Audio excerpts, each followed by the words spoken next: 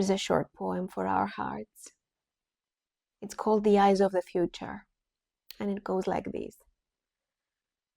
The eyes of the future are looking back at us. The eyes of the future are looking back at us, and they are praying. They are praying that we might see beyond our own time. They are kneeling with hands clasped, that we might act with restraint, that we might leave room for the life that is destined to come. To protect what is wild is to protect what is gentle. Perhaps the wildness we fear is the pause between our own heartbeats, the silent space that says we live only by grace. Wildness, wilderness, lives by this same grace. Wild mercy is in our hands. Let this be our prayer reimagined. By Terry Tempest Williams. Let's take a moment and let's just close our eyes for a few seconds just to make more space for this poem to echo into our hearts. The eyes of the future are looking back at us. Perhaps not only the eyes of the future, maybe the eyes of the past are also looking back at us. Because past and present and future are all interconnected. It's not just the present. We are also very connected to the past and to the future. And we're not only connected with human beings of the future, we're also connected to all beings of the past and the future. And I'm talking about air and whale and bee and lizard and oak tree and all of them. So the eyes of the future depend on us. And I'm inviting you for a moment to just imagine these eyes of the future are looking at us. What kind of eyes are these ones? What kind of beings are these ones? How do you envision and hope and pray yourself that these beings exist and interact and behave? What kind of wildness and grace do they carry? So these eyes of the future, as Terry Tempest Williams says, that they are wild and they're graceful. They are praying for us. They're praying for us, and just this thought breaks my heart. They are praying that we might leave room for their life, for their destined life to come into this earth.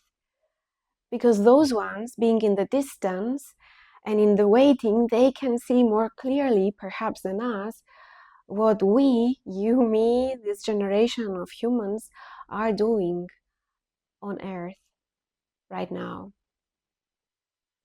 Yeah, maybe they are seeing more clearly the ways we are minimizing life and wildness on earth. They are praying that we might actually see beyond our own time, that we might see into the future, into the perspective, that we rise in wisdom, that every act of us now influences not just our children, but also children of all beings in 7 generations from now, maybe even more. So how are we called to rise, to awaken now, knowing that everything we do influences the future? And although we might not live in the future, there is life that is waiting for future to find its way. I feel that this poem and these future ones are truly, deeply, wildly calling us to rise in our wholeness, to act as true mature adults, as nurturing beings, wise ones, responsible ones, respectful ones, who know their place on earth and who know how to leave room also for the other ones to come. I feel that these future ones are invoking our wholeness to rise, our capacity to be mature, to be respectful, to be mindful of everything and everyone. I love what the poem is speaking about, the wildness that we fear. Yeah, I feel that this generation of people, maybe you, me, maybe more than us, are afraid of wildness, because wildness does not fit into boxes. Wildness is authenticity, and wildness is, well, wildness and organically being who they are. And there is still fear for the wildness, because the wildness knows more clearly and intuitively its way and its own natural way of unfolding into the world. And to protect wildness, we also need maturity. So in a way, the poem is also calling for our maturity, and it's also calling for our wildness. Because without us being wild, maybe we cannot truly protect the other wild ones. So wild mercy is in our hands. Wild mercy is in our hands.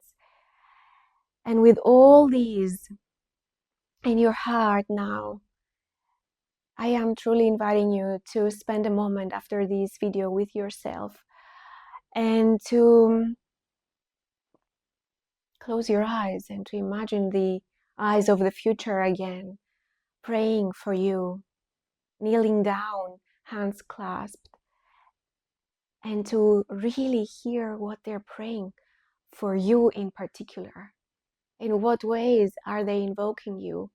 What are they asking from you? What are they demanding from you personally, individually, in particular? And what do you feel called to respond after you hear their calling? What is being awakened within your heart and your body and the wildness of your heartbeats as a response to what they're telling you? So this kind of showing up is what you are maybe invited to become. Maybe this is what they are inviting you to become. And whatever that is, let this be your prayer reimagined.